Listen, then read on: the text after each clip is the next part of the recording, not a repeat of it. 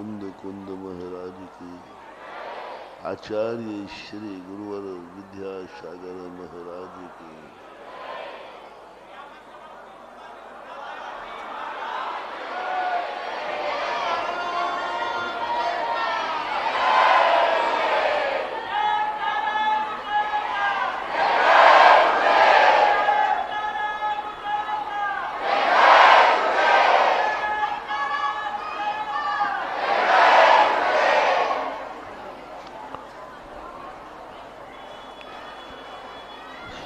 सारी सृष्टि में कोई भी द्रव्य वस्तु नहीं है जो अपना विकास कर सके,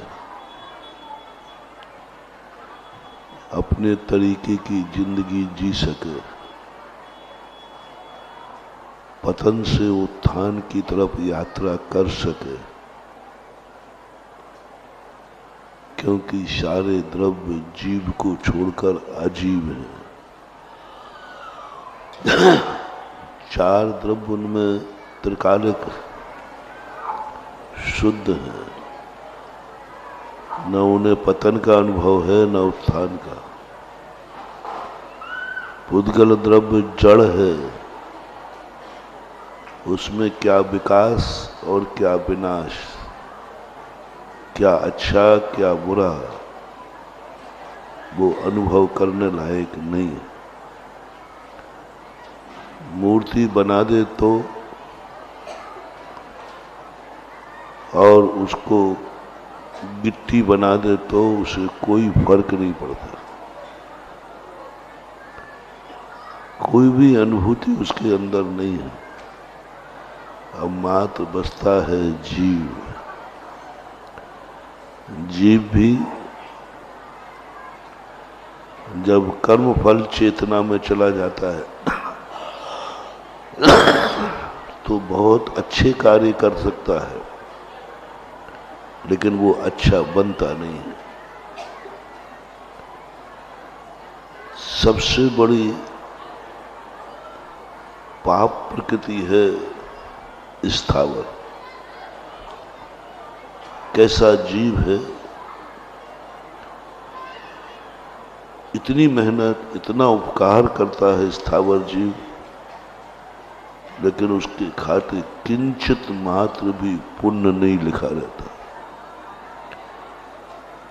जीव हुआ तो क्या हुआ, जड़ के समान विकास का कोई रास्ता नहीं। पुण्य का कार्य कर रहा है और पुण्यवंत नहीं, मजदूरी कर रहा है मजदूरी नहीं। जीव है लेकिन जीवत्व की अनुभूति नहीं। सबसे बड़ी चीज है धर्म करता हुआ भी, पुण्य करता हुआ भी पुण्यात्मा नहीं कहा उसे साथ। सबसे बड़ा पापी कोई है, पाप कर्म है तो स्थावर नाम कर्म की चपेट में जो जीव आ गया, तीन लोक के अंदर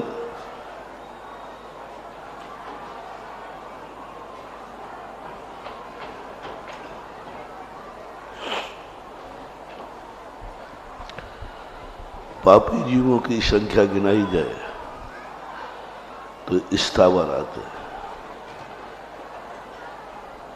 क्यों? जो पाप करता हो उसको लेना चाहिए ना।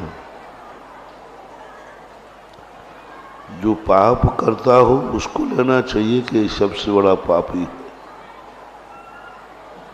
एक इंद्रिय जीव कोई पाप नहीं करता, फिर भी संसार का सबसे बड़ा पापी है। स्थावर प्रकृति को सबसे बड़ा पाप का। तीन चेतनाओं में कर्म फल चेतना, कर्म चेतना और ज्ञान चेतना। कर्म फल चेतना में जो व्यक्ति जीता है वह कोई भी पाप करे या नहीं करे, लेकिन उसको सारा जगत सर्वज्ञ भगवान भी पापी कहते हैं। पंच स्थावर किंचित मात्र भी कोई पाप नहीं करते। हिंसा वो करते नहीं, झूठ वो बोलते नहीं, चोरी वो करते नहीं, कुशील व्यभिचार वो करते नहीं, परिग्रह वो जोड़ते नहीं। कोई पाप ही तो नहीं किया। और जब पुण्य की बात आई तो इतना पुण्य करते हैं, उन जैसा पुण्य, उन जैसा परोपकार सर्वज्ञ भगवान भी नहीं कर सकते, हम और आप भी नहीं कर सकते। इतना पुण्य करते हैं, इतना पुण्य, लेकिन उनके खाते में किंचित मात्र भी पुण्य नहीं। ये दो बातें ध्यान में देना। पाप करता नहीं है और पापी है, और पुण्य ही पुण्य उसके जीवन में होता है, लेकिन पुण्यात्मा नहीं। जो नहीं करता उसका तो नाम लिखा जा रहा है, पाप नहीं किए तो पापी है।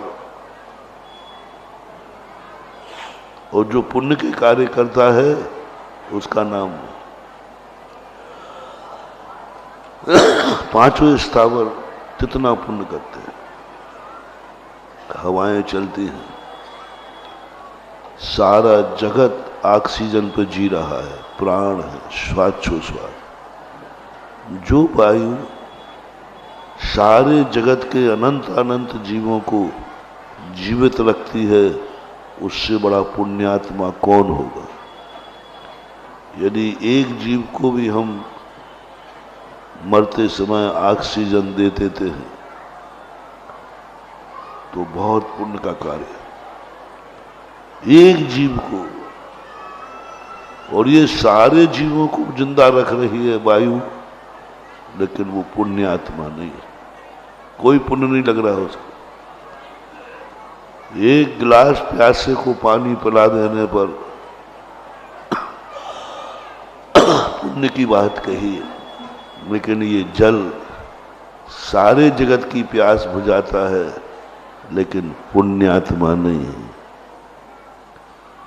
अग्नि को एक दीप जला देते हैं तुम, उसे तुम बड़ा मांगलिक कहते हो, और सारी दुनिया को प्रकाश दे रही है यह अग्नि, कोई पुण्य नहीं। वनस्पति इतनी फलती फूलती है, सारी दुनिया वनस्पति का फल खाती है, गेहूं खाती, दाल, सारा वनस्पति तो खा रहे हैं आप लोग, अनाज, गेहूं, सब वनस्पति। एक रोटी किसी को खिला दो तो उसकी पुण्य की महिमा बहुत है। जो सारे जगत का पेट भर रही है वनस्पति, पुण्य बिल्कुल भी नहीं। एक छोटा सा भूमि दान दे दो तो बड़ा दानवीर है, और पूरी पृथ्वी सारी दुनिया को अपनी छाती पर बसाए हुए है, कोई पुण्य नहीं। ऐसा क्या पाप किया उन्होंने? ऐसा कौन सा पाप किया कि तुम पुण्य भी करोगे लेकिन पुण्यात्मा नहीं कहलाओ? बहुत बड़ा अभिशाप। बहुत बड़ी जिंदगी में कोई, मुझे लगता है ऐसा क्यों हुआ इसके साथ, ऐसा क्यों बना, ऐसी क्या स्थिति थी कि उसको जो कर रहा है, हो रहा है, उसका मिले। मेरी दृष्टिकोण से इसने बहुत बड़ा पाप किया होगा। क्या पाप किया होगा कि इसने सबसे बड़ी चीज,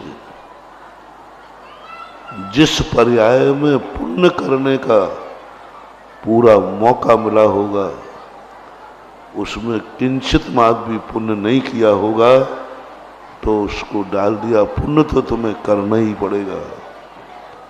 प्रकृति के कुछ नियम ऐसे हैं जो तुम्हें फॉलो करना पड़ेंगे।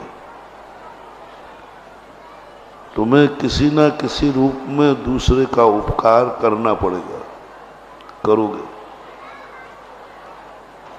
लेकिन होश पूर्वक करोगे।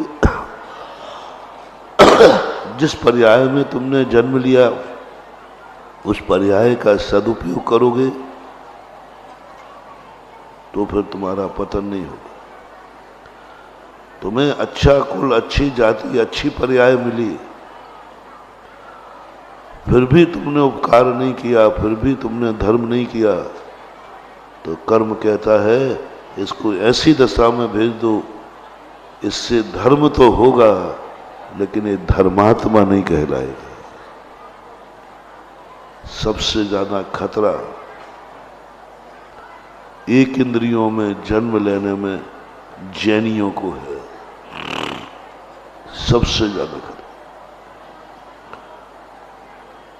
जैनी के लिए ये कर्म जो है ना, सबसे ज्यादा जैनी के पीछे पड़े रहते हैं। बस जैनी को माफ नहीं, सारी दुनिया को माफ है। कैमरे लगा के रखे हैं जैनी पर प्रकृति ने, ये गलती करे धड़ाम से पकड़ो इसको, कोई जमानत नहीं, कुछ नहीं। जैनी, क्योंकि जैनी सबसे महाजन जाति है। अच्छे लोगों पर ही निगरानी रखी जाती है, अच्छे लोगों को ही दंड मिलता है। अच्छे लोग जब गलत करते हैं तो उनकी निंदा होती है। अच्छे लोग जब गलत कार्य करते तो उन पर ज्यादा सजा है, क्योंकि तुम अच्छे लोग। मैंने शास्त्रों में खोजा, तुमसे ज्यादा कर्म सबसे ज्यादा दुनिया में किसी के पीछे पड़ता है तो उसका नाम है दिगंबर जैन मुनि। इसको माफ नहीं करना। सारे दुनिया के साधुओं को सब कुछ माफ है, करते हैं, उनको कोई दुर्गति हो ये कोई नियम नहीं है। सारे दुनिया के साधु पता नहीं क्या क्या करते,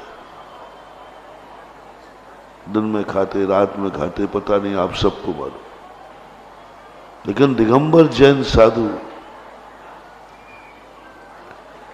जो दुनिया के अजैन साधु कर रहे, जैन साधु करे तो जैन साधु को माफ नहीं, माफी नहीं, सीधा कोई जमानत नहीं। असमण पाओ गम गणनादि ते निगोद पात्र, वो निगोद में ही जाना है, बीच में कोई कंसेशन नहीं, क्योंकि तुम दिगंबर जैन मुनि हो। चूक जाने पर सबसे ज्यादा, मुनि व्रत में दोष लगाने पर सबसे ज्यादा, मुनि चर्या का पालन नहीं करने पर सबसे ज्यादा, यदि संसार में किसी को सबसे ज्यादा कर्म बनता है उसका नाम है तुम्हारे जैन मुनि को। इनको माफ नहीं है, 24 घंटे सर्टलाइज लगे, क्योंकि तुम संसार के सर्वश्रेष्ठ साधु हो, तुम संसार के सबसे पवित्र साधु हो, तुम संसार के सबसे ऊंचाइयों पर बने। तुमसे गलती होगी तो माफ नहीं किया जाएगा, ये प्रकृति का नियम। अपन ये समझे कि एक ही क्वालिटी का पाप सबको बराबर सजा मिलती हो, नहीं, बहुत अंतर हुआ। जैनी लोगों को सबसे, कई जैनी बच्चे लोग एक कुतर्क करते हैं कि महाराज इतने लोग रात में खा रहे हैं, क्या ये सब नरक जाएंगे? मैंने कि नहीं। इतने लोग शराब पी रहे हैं, सब नरक में जाएंगे? मैंने कि नहीं। इतने लोग गुटखा खा रहे हैं, सबको कैंसर होगा? मैंने कि नहीं। तो महाराज जी फिर मेरे प्राण क्यों ले रहे हो आप? हम जैन खा लें तो मन के तेरा नंबर तो पक्का है 100%, क्योंकि तुम जैन हो। जैन दर्शन की एक इतनी बड़ी विशेषता है, तीव्र मंद्र ज्ञाता ज्ञात भावाधिकरण वीर्य विशेषेभ्य तद्विदेश। क्रिया में बंद नहीं है, किसी भी कार्य में बंद नहीं है ज्यादा। तुम कौन हो उसको देख के बंद होता है, उसको देख के बंद होता है। वो पाप जानता है, पाप किसने किया है। शराब पी है, गांजा पिया है, गुटखा खाया है, सबको कैंसर नहीं होंगे। पूरे भारत में अभी बहुत पहले एक सर्वे निकला था, परसेंटेज की अपेक्षा सबसे ज्यादा गुटखा खाने वालों में किस जाति को कैंसर होता है। गुटखा खाने वालों की संख्या परसेंटेज में सबसे ज्यादा जैनियों को, सबसे ज्यादा जैनियों को कैंसर होता है गुटखा खाने वालों। अजैन का परसेंटेज कम। शराब पीने वालों में सबसे ज्यादा अकाल में मरते हैं जैनी।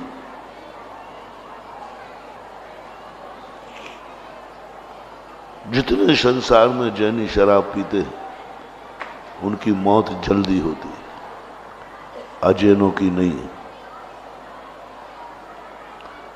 शराब की बोतल भी जानती है कि मुझे कौन पी रहा है।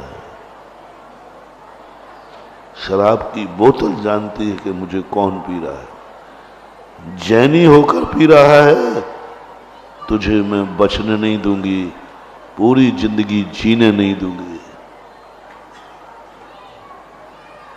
बहुत बड़ी बात। परसेंटेज सबसे ज्यादा क्यों?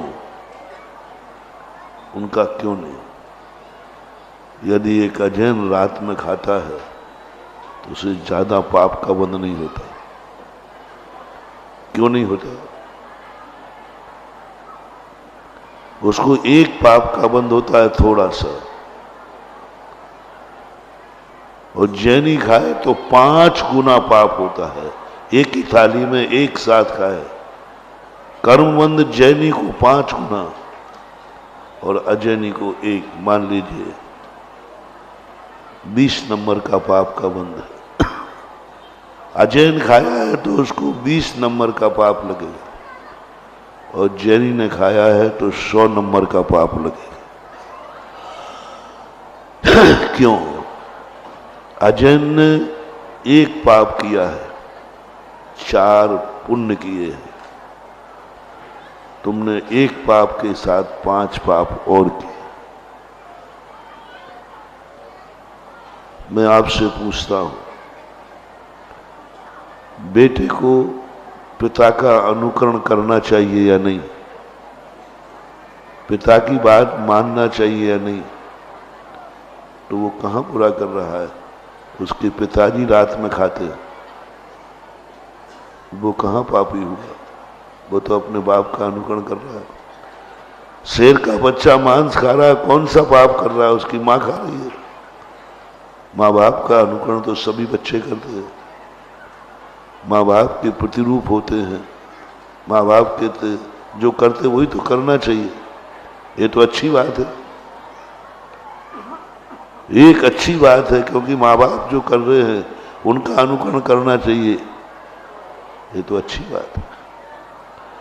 दूसरा, उनकी जाति खाती है, अपने जाति का अनुकरण करना चाहिए।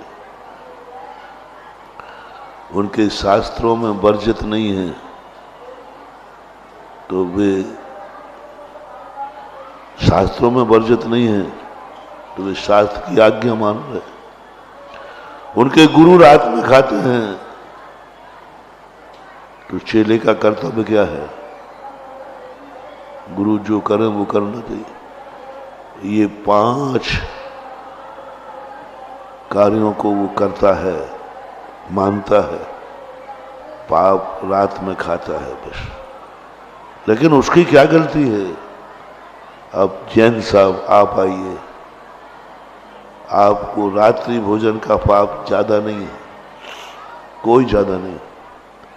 फर्क है तुमने अपने कुल को कलंकित किया है, ये सबसे बड़ा पाप है।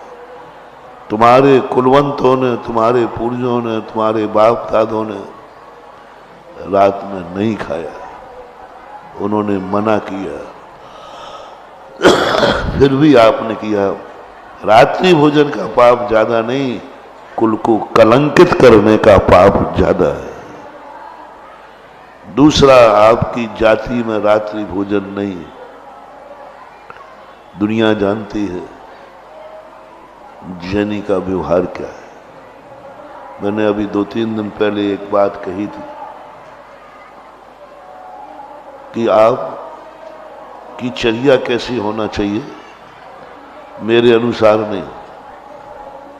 महाराज जी आप तो बहुत, आपका पेपर बहुत कठिन है, बहुत कठिन है पेपर। आपको यदि छोड़ दिया जाए तो आप तो हमें जीने ही नहीं देंगे, हर चीज में ये छोड़ दो।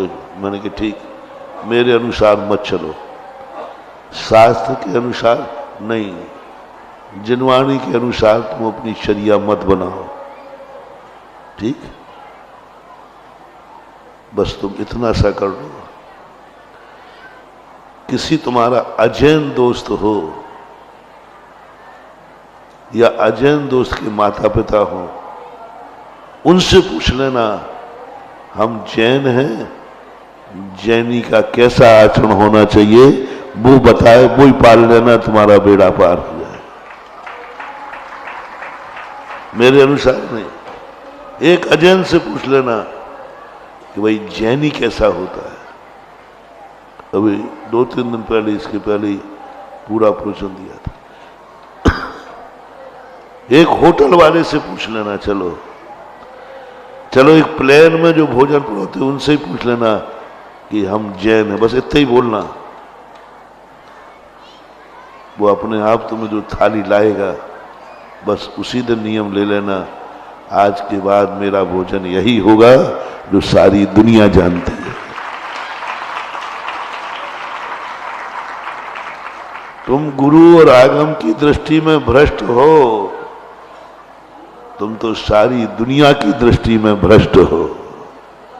सारी दुनिया जानती जैनी रात में नहीं खाता, सबको मालूम, हर अजैन को मालूम है।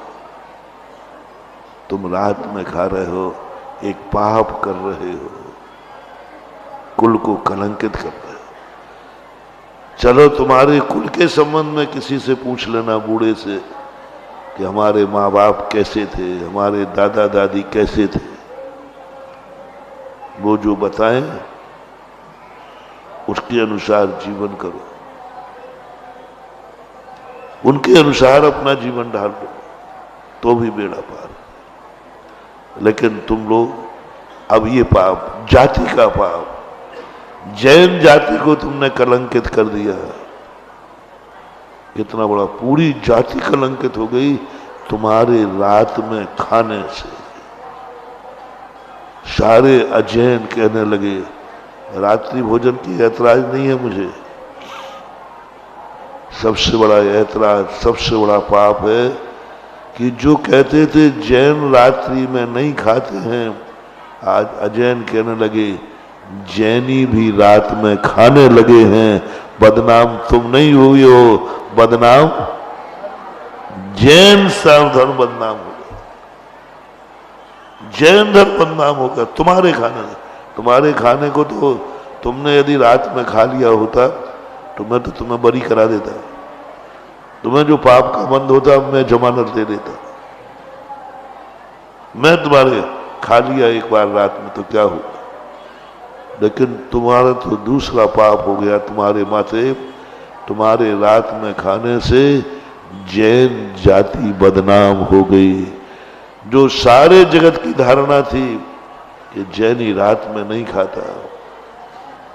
उसने तुम्हारे लिए शाम को इंतजाम किया था बारात में कि हमारे दोस्त कुछ बाराती जैनी हैं। उसने वहां फोन कर दिया कि भाई कुछ जैनी बाराती हैं, इसलिए इंतजाम दिन में बना के रखना। उन्होंने बना के रखा। जैनी बारात में गए, किसी ने शाम को भोजन नहीं किया। बोले हमें तो चलता है रात में। कितना बड़ा पाप महानुभाव! तुम्हारे रात में खाने से सारी दुनिया ने मान लिया जैनी भी रात में। अब इसका पाप कितना गुना! पूरी जैन जाति बदनाम हुई है। सवार रात्रि भोजन करे। तीसरा पाप तुमने किया। तुम्हारे शास्त्रों में रात्रि भोजन निषेध है, तो तुमने जिनवाणी की आज्ञा का उल्लंघन किया। जिनवाणी की आज्ञा का उल्लंघन किया। ये पाप रात्रि भोजन से भी कई गुना महापाप है, जिसे मिथ्यात्व कहते हैं। महापाप कहा है। फिर एक पाप और आपने किया कि आपके गुरु महाराज ने मना किया था। उनके तो गुरु महाराज भी रात में खाते हैं, तुम्हारे तो गुरु महाराज दिन में भी एक बार खाते हैं। तो तुमने कहा किनके भक्त हो? फलाने महाराज। तुम्हारा कोई गुरु है कि नहीं? बोलो ना जल्दी। जिसका कोई गुरु नहीं उसका जीवन शुरू नहीं है कि नहीं? वो रात में खाता होगा। अरे क्या बात है, तुम खा रहे हो तो गुरु भी खाता होगा। तुम्हारे खाने से गुरु भी बदनाम हो गया और गुरु की आज्ञा का उल्लंघन। ये 5 पाप आप करते हो, इसलिए जैनी का नरक जाना निश्चित है, जो रात में खाएगा। पद्म पुराण के अंदर लिखा, ग्राम शूकर कुत्ता बिल्ली आदि बनता है। कौन? जैन। मैं अजैन की बात नहीं कर रहा हूं, जैन। यदि रात में ही खाना है तो जैन बन के मत खाना। कहना साहब मैं जैन हूं ही नहीं। गुरु का नाम मत लेना कि मेरे गुरु कौन है। अपने बाप की बल्दियत का नाम नहीं लेना। कोई खा लेना, कोई हरिजन वगैरह का नाम ले लेना। कोई पूछो तुम कौन हो? फलाने चंद हरिजन, शेड्यूल कास्ट। तो कम से कम ये 4 पापों से बच जाओगे। तुम्हारे तो घर में रात्रि भोजन हो रहा है, तुम तो बारातों में रात्रि भोजन कर रहे हो, तुम तो सड़कों में होटलों में रात्रि भोजन कर रहे हो। कोई नहीं बचा पाएगा, क्योंकि तुम जैन हो। जैनी को माफ नहीं है। ऐसे ही शराबी का, दुनिया गुटखा खा रही है, वो नहीं मरेंगे, उनको कैंसर नहीं होगा, तुम्हें जरूर होगा, क्योंकि तुम्हारे 4 प्रकार के लोगों में इस प्रकार का दोष है। एक बार मैंने कहीं सुनाया था, यहां भी सुनाया होगा। एक व्यक्ति शराब पीता था, 35 साल की उम्र का था। राजस्थान की घटना।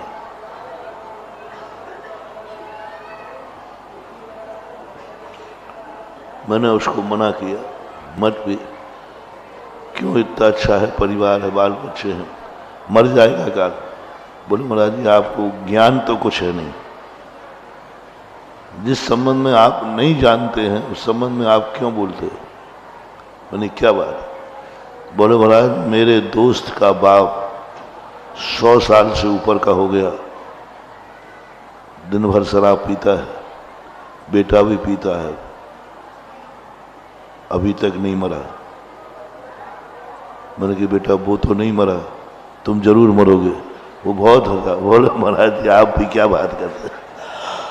शराब की बोतल भी जानती है कि कौन को मारना कौन को नहीं, मैंने जानती है। नशा शराब में नहीं होता, नशा शराब में होता तो नाचती बोतल है।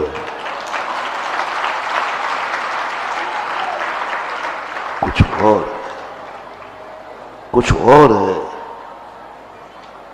मैंने कहा कि भाई जो 100 साल तक जिंदा रहा, उसके पिताजी पीते थे। बोले पिताजी भी पीते थे, दादाजी पीते थे, पीढ़ी दर पीढ़ी से कर। मैंने कही वो नहीं मरेगा जल्दी, क्योंकि उसके बाप ने शराब पी करके ही पैदा किया है। उसके शरीर में शराब के जीन्स हैं। पूरा परिवार पीता है, पूरी जाति पीती है, और उनके गुरु महाराज भी पीते हैं, सब पीते महाराज। मैंने कहा वो नहीं मरेगा, वो तो और जिएगा। तो महाराज हमारे लिए क्यों ऐसा सोचा है?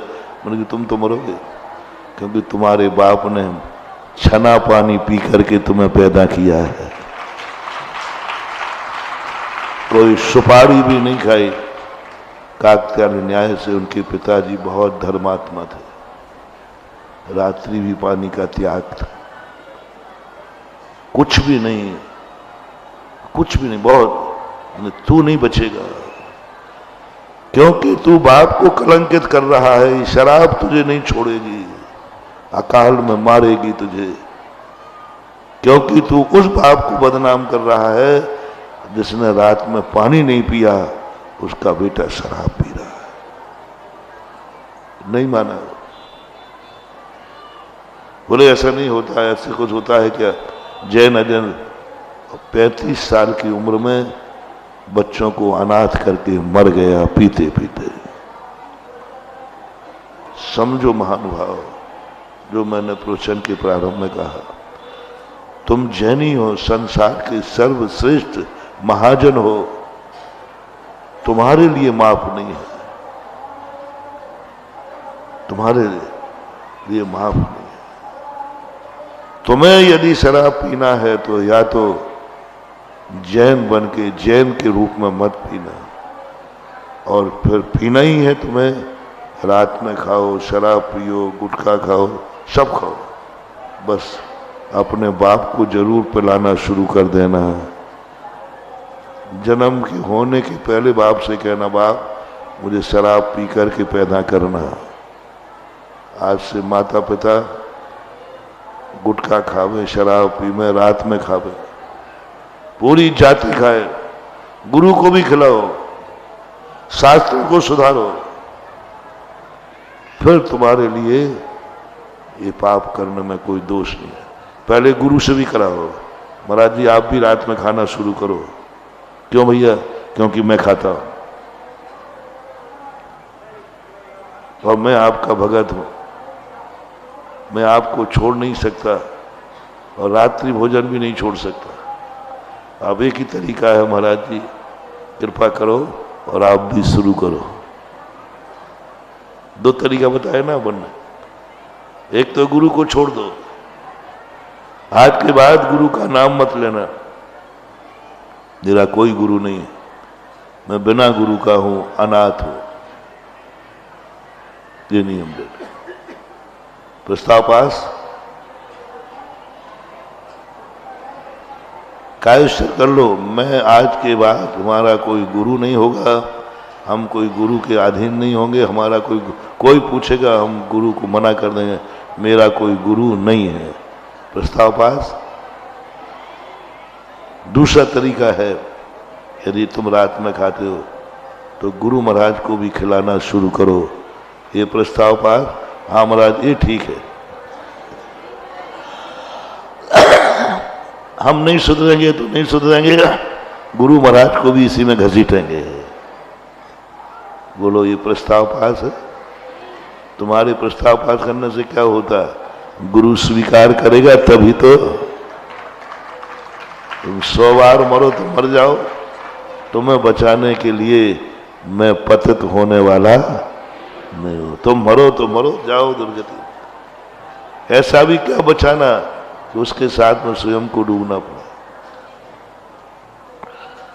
अपने शास्त्रों में सुधार करो, सारे शास्त्र लेके सुधार करो।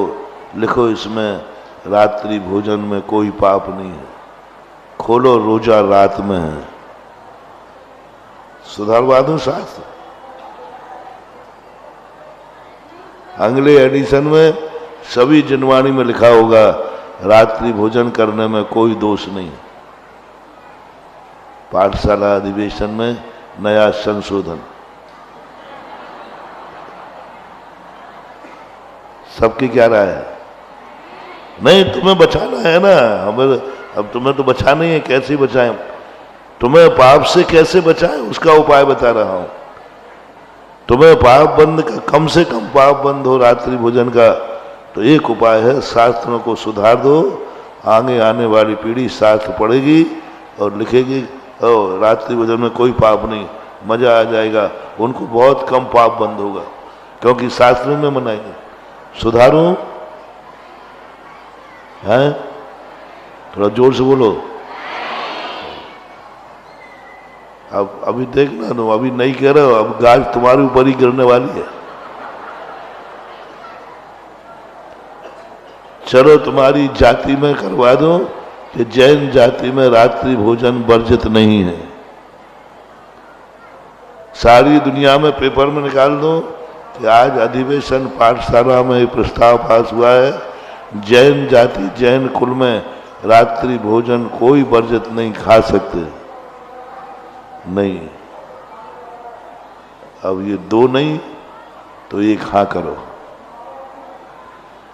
यदि तुमने दो ना किया है, महाराज मैं गुरु को छोड़ूंगा नहीं, जैन जाति को छोड़ूंगा नहीं, माँ बाप को छोड़ूंगा नहीं, शास्त्र को छोड़ूंगा नहीं, मैं नहीं छोड़ूंगा। और मैं इनको खिलाऊंगा नहीं, शास्त्र को सुधारूंगा नहीं। ये दो प्रस्ताव तुमने खारिज किए हैं, तो तीसरा प्रस्ताव खारिज कर दिया बेटा तो बर्बाद हो जाओगे। तीसरा प्रस्ताव पास करो। बस एक ही तरीका है, मैं रात्रि भोजन छोड़ता हूं, मेरे परिवार में रात्रि भोजन नहीं होगा, मेरे घर में रात्रि भोजन नहीं होगा। बोर्ड लगा रहेगा कि यहाँ रात्रि भोजन वर्जित है क्योंकि ये जैनी का घर है। कृपया रात में भूखे ना आवे। लगाओ बोर्ड है घर में, ये रात्रि भोजन वर्जित है। बोले क्यों? बोले ये जैनी का घर है और जैनी के घर में ये बोर्ड लगना चाहिए। बारात में कहीं भी जैनी होकर गुटखा मत खाना, सबसे ज्यादा जैनी पर। और जिसने, ये जैन धर्म का अतिशय है, सबसे बड़ा अतिशय। और यदि मेरे भक्ति ने खा लिया, तुमने मेरा नाम लिया कि महाराज जी मेरे गुरु हैं, तो उसको बहुत जल्दी कैंसर होगा। ये हमारा अतिशय है, हमारा अतिशय है, भक्तों को निपटाता है। बहुत जल्दी होगा, बहुत जल्दी, तुरंत। ये अतिशय है और मेरी भावना भी है। मैं भी यही भावना भाता हूं कि हे भगवान, गुटखा, तंबाकू, शराब आदि नशा करने वाले को, किसी को यदि सजा देना हो, मारना हो, कुछ करना हो, तो सबसे पहले मेरे भगत को पकड़ना, उसे छोड़ना भी मत, जमानत पे भी नहीं, सीधा।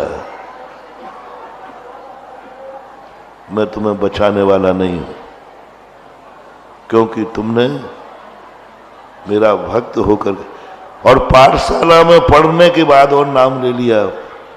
क्यों भाई, तुम रात में खा रहे हो? पाठशाला पढ़ी थी क्या? पढ़ी थी, फिर तो तुम्हें माफ हो गई ही नहीं। घरों को बचाओ। अभी 2 दिन पहले कहा था मैंने, तुम जैन हो लेकिन तुम जैनी नहीं हो। तुम जैन हो लेकिन जैनी नहीं हो। जैन बनो या ना बनो, तुम्हें जैनी जरूर बनना है।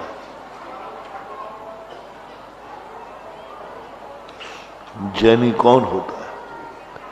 जिसका घर जैनी होता है, जिसके भोजन की थाली जैनी होती है, जिसके रिश्तेदार जैनी होते हैं, जिसका घर का चूल्हा जैनी होता है, जिसका पानी का गिलास जैनी होता है, जिसका बाजार में जाता है तो मार्केट जैनी होता है, जिसका धंधा जैनी होता है, जिसके कपड़े जैनी होते हैं, जिनके जूते जैनी होते हैं, जूते भी जैनी होते हैं। जैन बाप के यहां जन्म लेने से जैनी नहीं हो गया, जिसके जूते भी जैनी होते हैं, जिसकी श्रृंगारदानी भी जैनी होती है, जिसके बाथरूम की साबुन भी जैनी होती है, जिसकी क्रीम भी जैनी होती है, जिसका श्रृंगार भी जैनी होता है, उसका नाम जैनी है।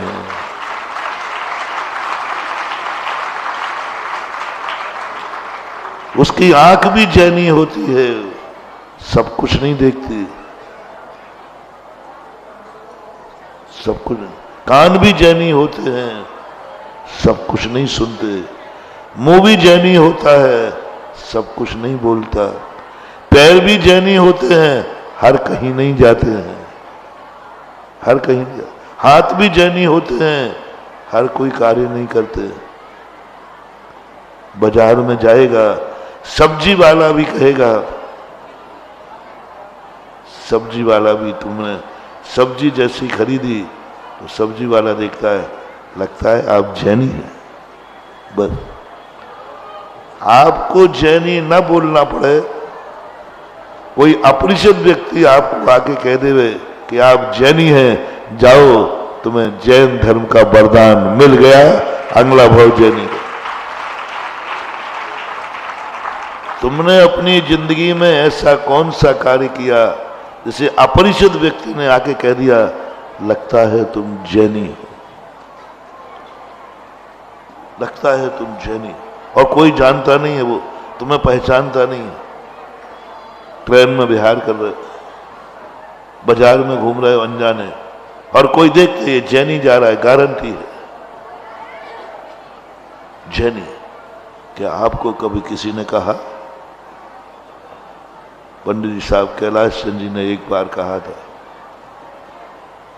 कि वो पहली बार कहीं प्रवचन करने जा रहे थे, तो स्टेशन पर पानी पीने के लिए उतरे, तो उन्होंने रूमाल लगा दिया नल में, तो वहाँ लोग खड़े हुए थे।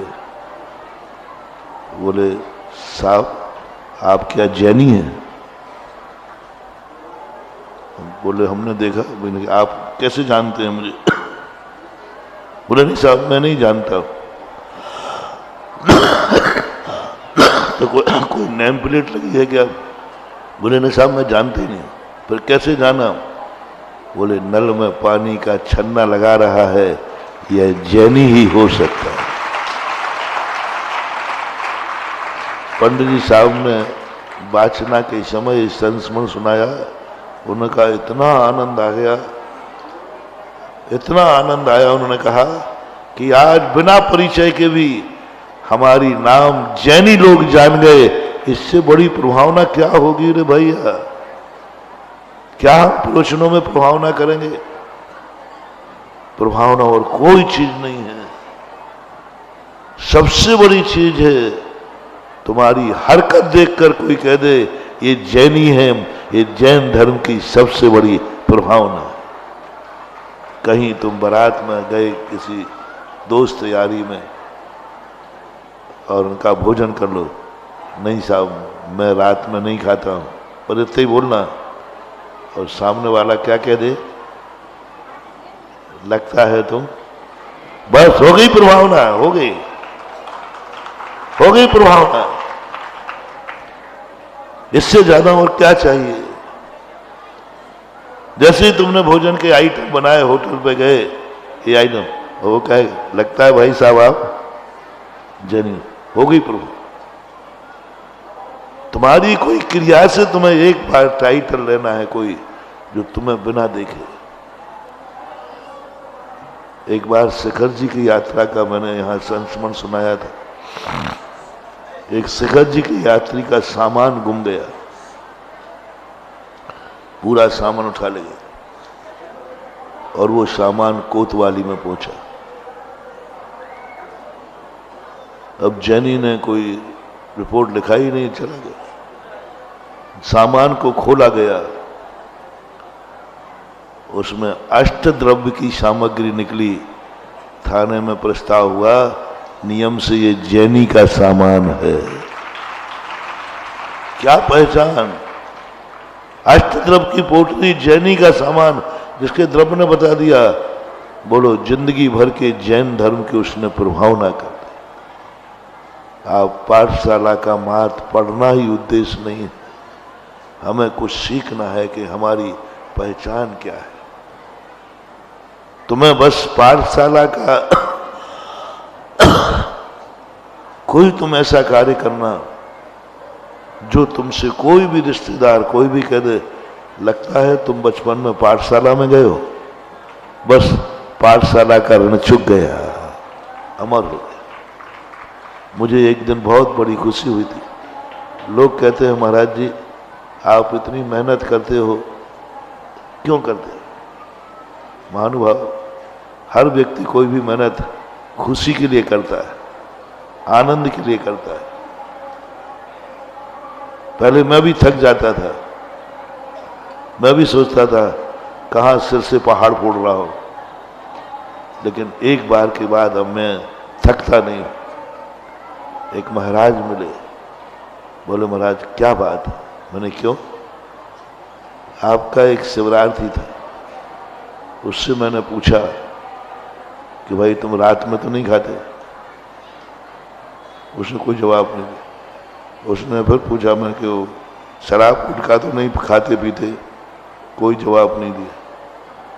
प्रतिदिन अभिषेक करते हो कि नहीं? कोई जवाब नहीं दिया। अंत में बोलता, महाराज जी मैं कुछ नहीं बोलूंगा, बस इतना बोलूंगा, मैं सुधासागर महाराज का शिवरार्थी हूं। ये शब्द महाराज के थे। तो महाराज ने कहा, शिवरार्थी हो तो क्या हुआ?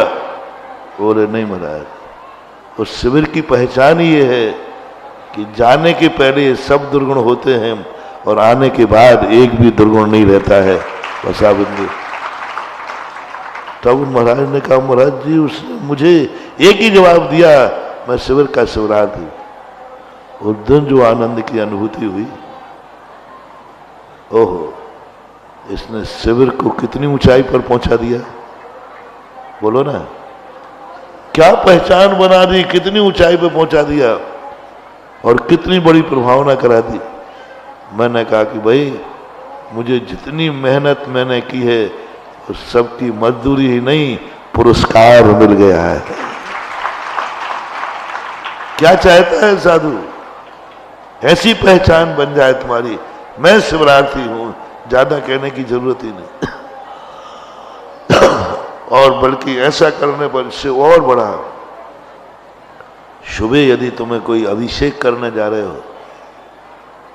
तो इस उम्र में अभिषेक करने जा रहा है, लगता है शिविर का, बोलो ना, बस गुरु का ऋण चुक गया।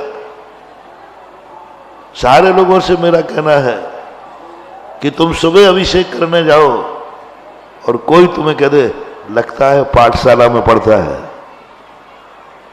हाँ बस तुमने पाठशाला का ऋण चुका दिया। तुम्हें बिना कहे अभिषेक का लोटा देख के कह दिया तू पाठशाला में पढ़ता है। ये पहचान होना चाहिए हमारी। हमारे संघ की मालूम क्या पहचान बनी थी?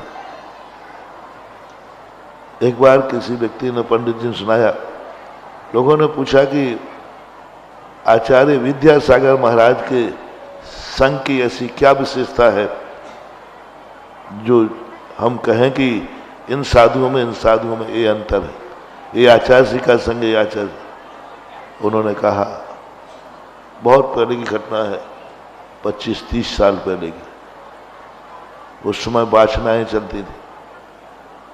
और इस संघ का प्रत्येक साधु जब भी जाओगे वो स्वाध्याय करता मिलेगा, वही आचार्य श्री का संग है। कोई बात नहीं, हमारे यहाँ संग में कोई बैठ नहीं पाता था, कोई आशीर्वाद मुश्किल से मिलता था। बोले पूरा संग किसी के पास बैठोगे, यहां वहां की चर्चाएं नहीं होंगी, कुछ नहीं, सब साधु स्वाध्याय करते मिले, समझ लेना। आचार्य श्री को जब ये बात बताई तो आचार्य श्री कहते हैं मेरा काम हो गया, तुमने मेरी पहचान बना दी। सारा संग जहां पढ़ रहा हो और उसमें भी सचखंडागम पढ़ रहा हो, वासना चलती थी सब। ये है महानुभाव।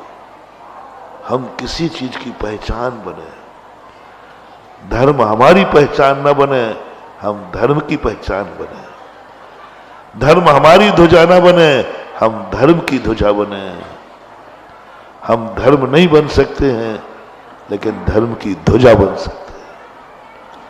हम जिनेंद्र नहीं बन सकते हैं, लेकिन जिनेंद्र की ध्वजा बन सकते हैं। ध्वजा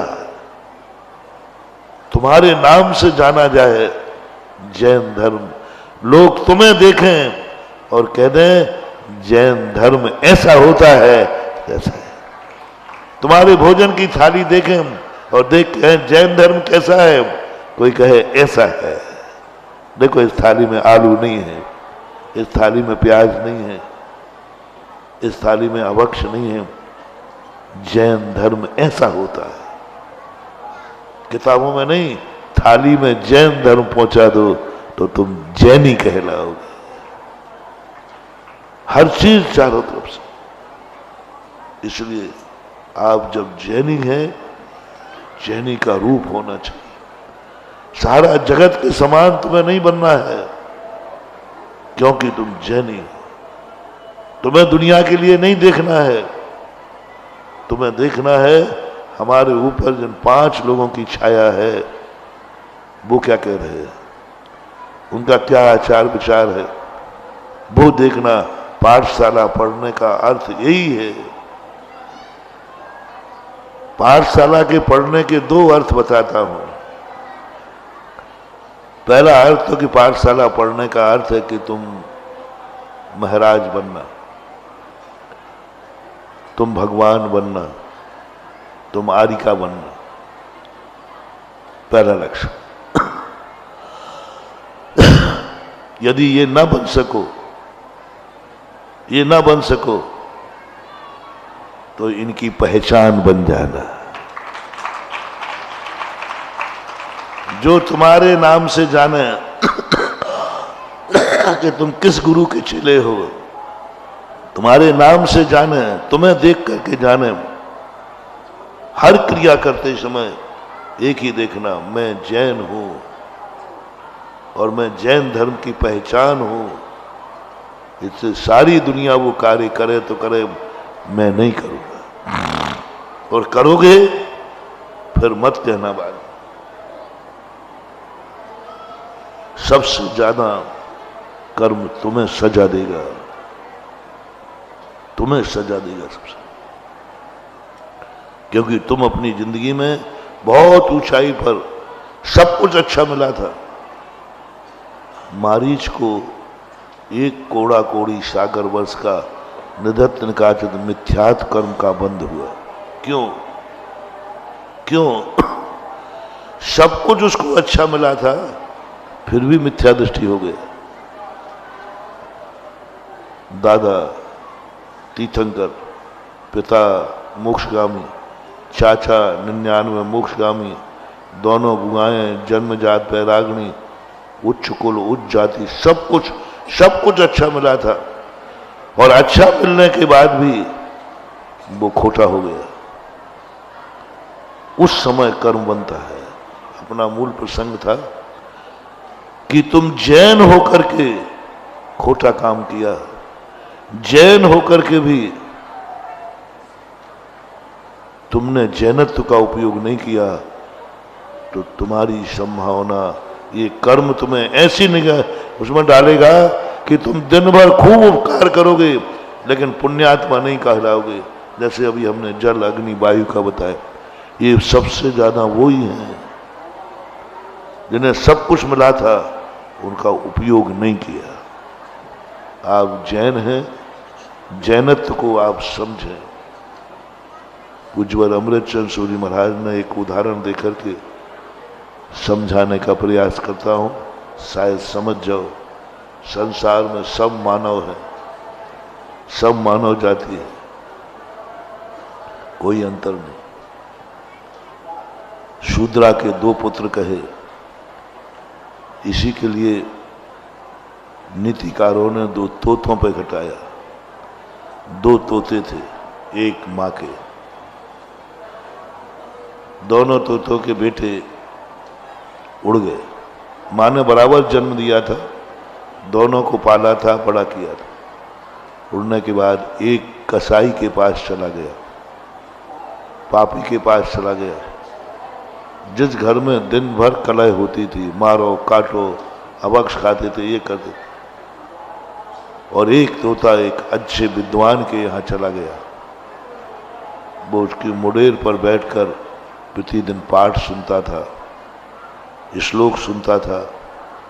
जो आता था, आइए साहब, सत्कार करता था। दोनों एक माँ के बेटे।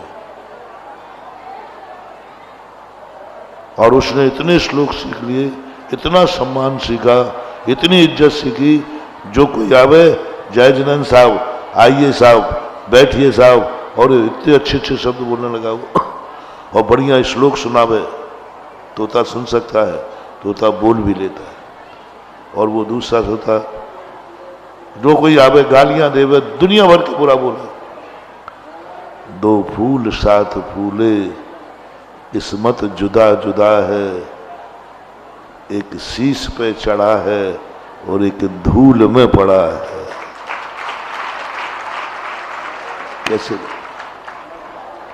कैसे लोग हैं। राजा ने कहा, जाओ नगर में से कोई अच्छा पोपट लाओ, अच्छा तोता लाओ, बढ़िया। मंत्री गए, वो कसाई के यहाँ का तोता मस्त था, मांस खा के तगड़ा हुआ था, ले आए।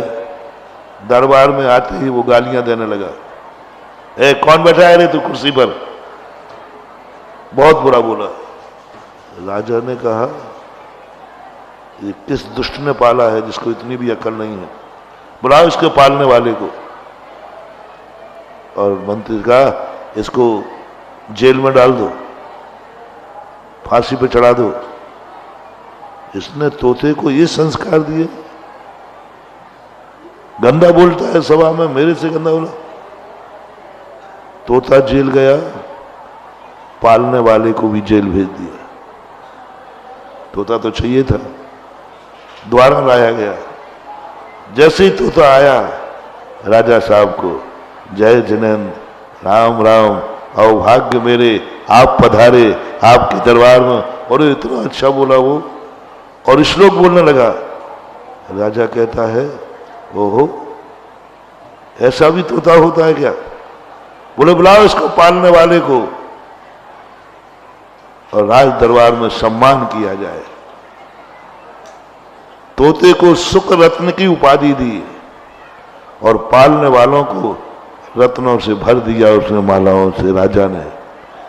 अब बोलो, स्वयं सम्मान पाया और अपने पालने वाले को सम्मान दिला दिया।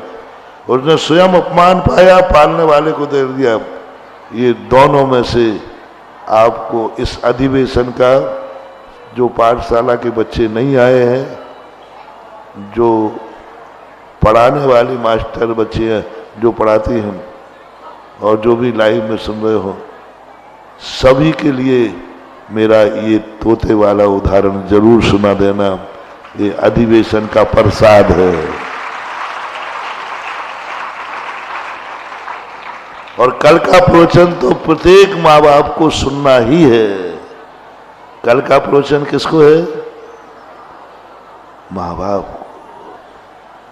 अभिमन्यु की दुर्दशा को कराना है तो तुम्हारी मर्जी। कल का प्रवचन से पूरे भारत में बहुत बहुत कांप गए लोग, रूई कांप गई।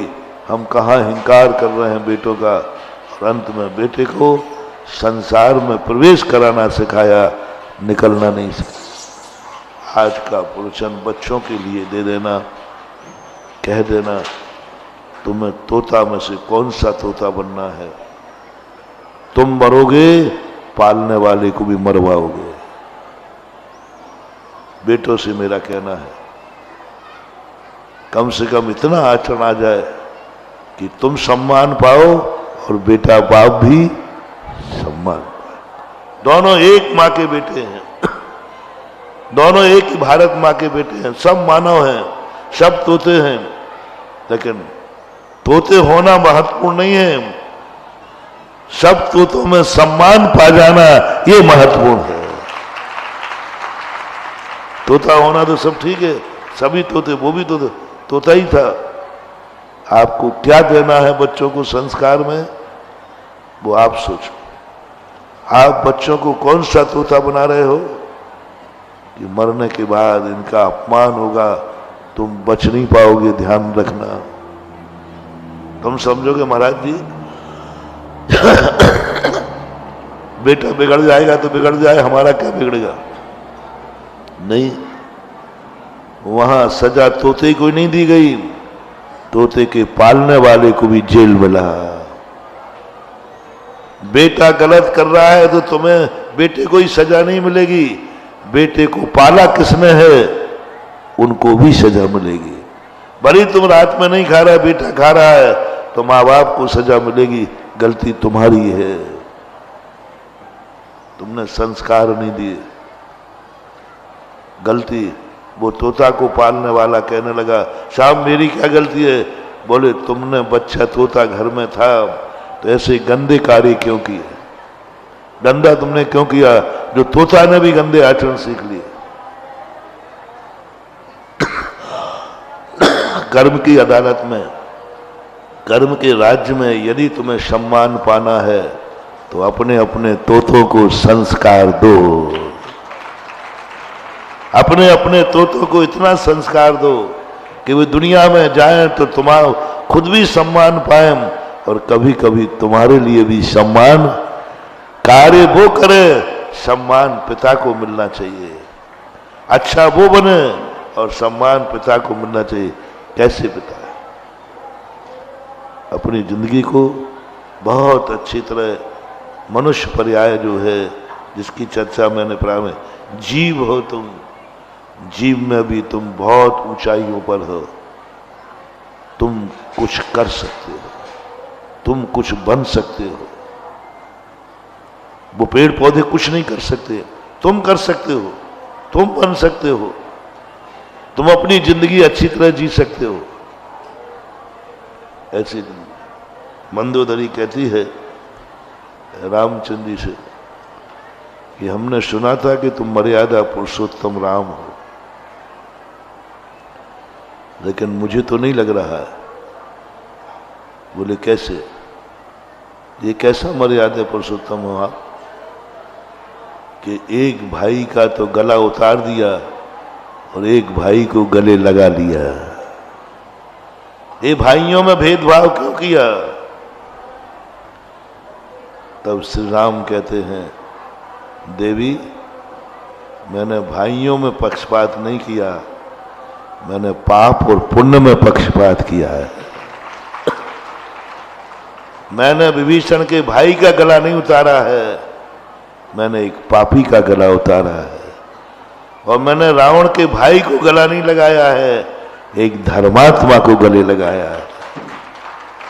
दोनों माँ के बेटे थे, लेकिन दोनों के संस्कार कैसे थे आप सबको विचार करना है, सोचना है।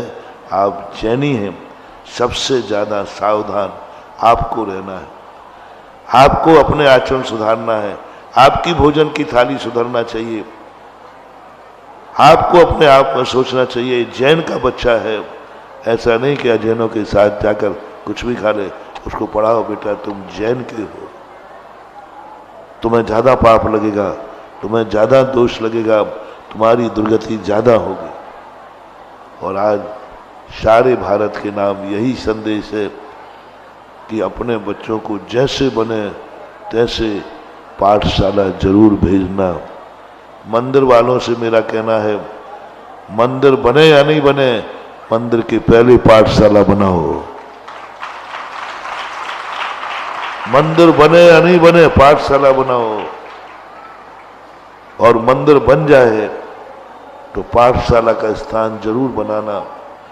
भगवान के लिए, महाराज के लिए यदि स्थान बना पाओ या ना बना पाओ, आजकल मैंने नियम बना दिए, कोई भी मंदिर वाला आशीर्वाद लेता है तो मैं कहता हूं पाठशाला कहाँ लगेगी, पाठशाला मंदिर बनाओ तो पाठशाला का स्थान जरूर निकालो, अनिवार्य है। भगवान को थोड़ा सा मंदिर छोटा हो जाएगा, कोई फर्क नहीं पड़ता, पाठशाला छोटी नहीं पड़ना चाहिए, क्योंकि भगवान जैन है और तुम्हारा बच्चा जैनी बनना है। वो जैन है, वो जिन है, वो जिनेंद्र है और आप लोग जैनी हो। जिनेंद्र का स्थान छोटा होगा चलेगा। हमारी फैमिली, इस पंडाल में हमारे लिए कितना स्थान है?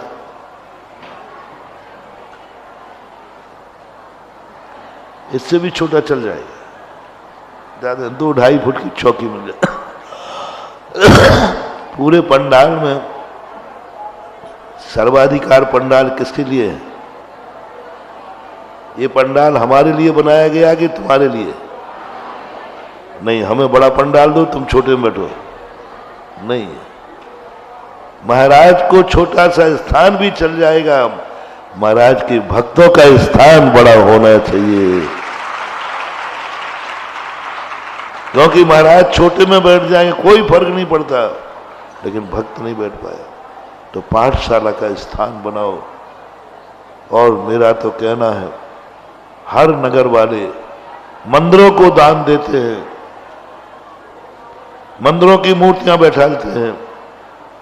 दान देने वालों को सबसे पहले पूछना चाहिए, कहना चाहिए, मैं अपने नगर में, मोहल्ले में पाठशाला के लिए दान देता हूं। पाठशाला बनाओ तो मेरा दान है, जीवंत दान है, जीवंत दान। तो इस प्रकार के, और पाठशालाओं को आधुनिक व्यवस्थाओं के संबंध में मैंने कल बताया था दोपहर में, ऐसा करें, बहुत बड़ा कार्य, ज्ञान दान का कितना बड़ा कार्य। और कल भी आशीर्वाद दिया था शाम को लाइव में, आशा जी ये अब 2 बेटों की मां नहीं रही, ये हजारों बेटों की मां बन गई। मां किसे कहते हैं? जो बेटों को रोटी खिलाए, जो बेटों का पालन करे। इन्होंने तो हजारों बेटियों को गोद लेकर के और उनके लिए रोटी की घोषणा कर दी। ऐसे ही बन जाती, धीरे धीरे मां बनती हैं, फिर अम्मा बनती हैं, फिर जगदम्बा बनती हैं। पहले व्यक्ति क्या बनता है? मां, फिर बनती है अम्मा, और फिर यदि दान ऐसे भाव आ जाए तो क्या बन जाती है? जगदम्बा बन जाती है। सबके लिए आशीर्वाद महावीर भगवान है।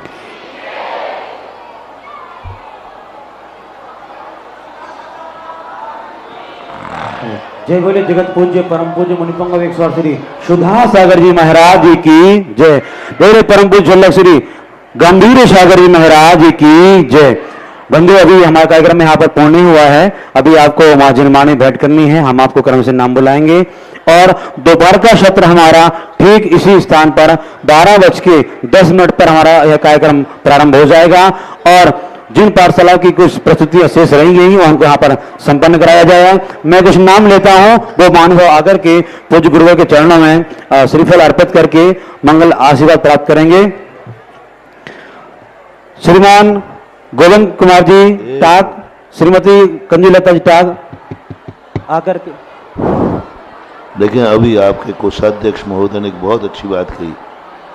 अगले अधिवेशन जहां भी जब होवे, उसमें उनको पुरस्कृत किया जाए जिसके मंदिर की पाठशाला जितनी अच्छी हो।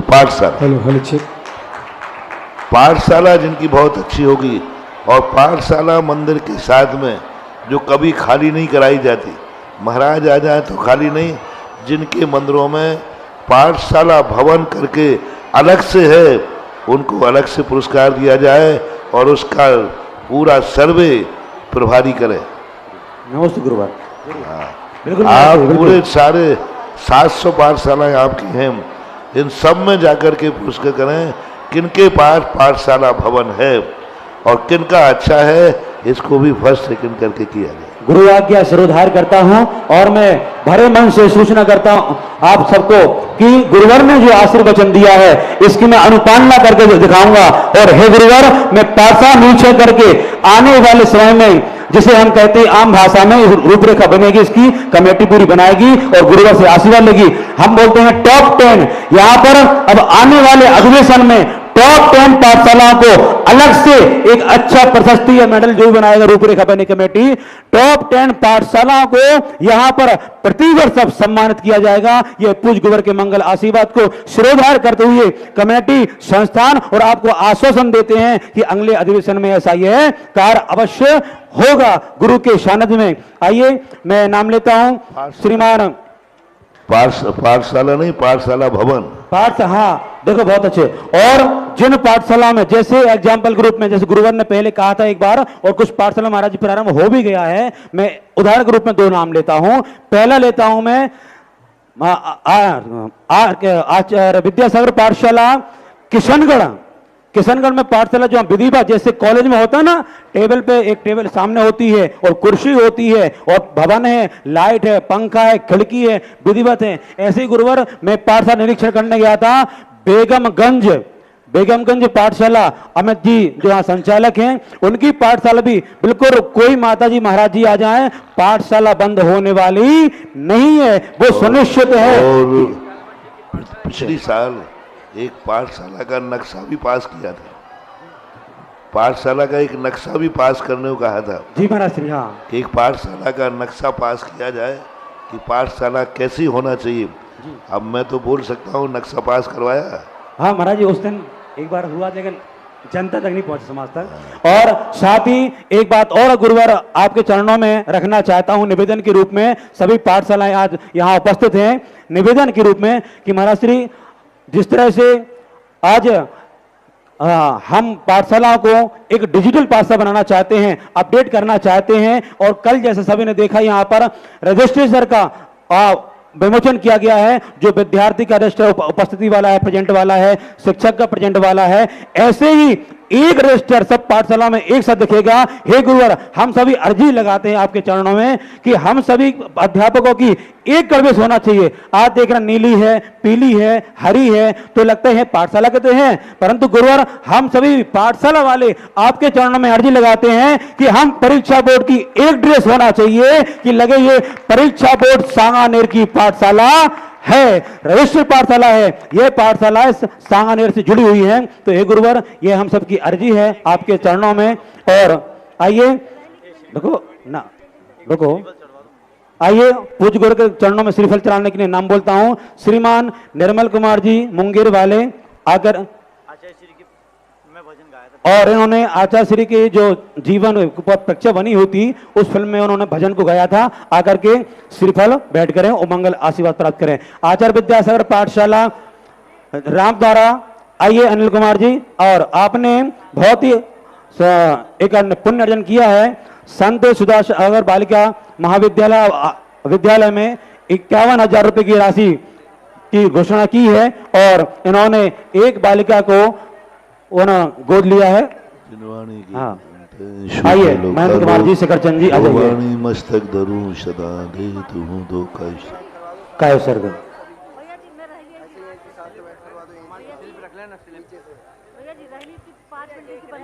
और जो हाँ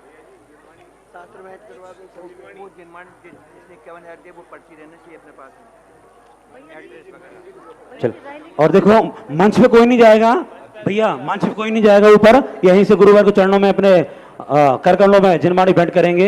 हाँ, यहीं से जरूरत ऊपर नहीं जाना, कोई भी ऊपर नहीं जाएगा। कोई भी ऊपर नहीं जाएगा। हमें हे गुरुवर नमोस्तु, हे गुरुवर नमोस्तु, नमोस्तु। मिल गए हैं हमें रास्ता की। चलिए पूज गुरुदेव, यहाँ मंच खाली कर दीजिएगा। कुंडापुर कमेटी आई हुई है, आदर के गुरु चरणों में श्रीफल अर्पण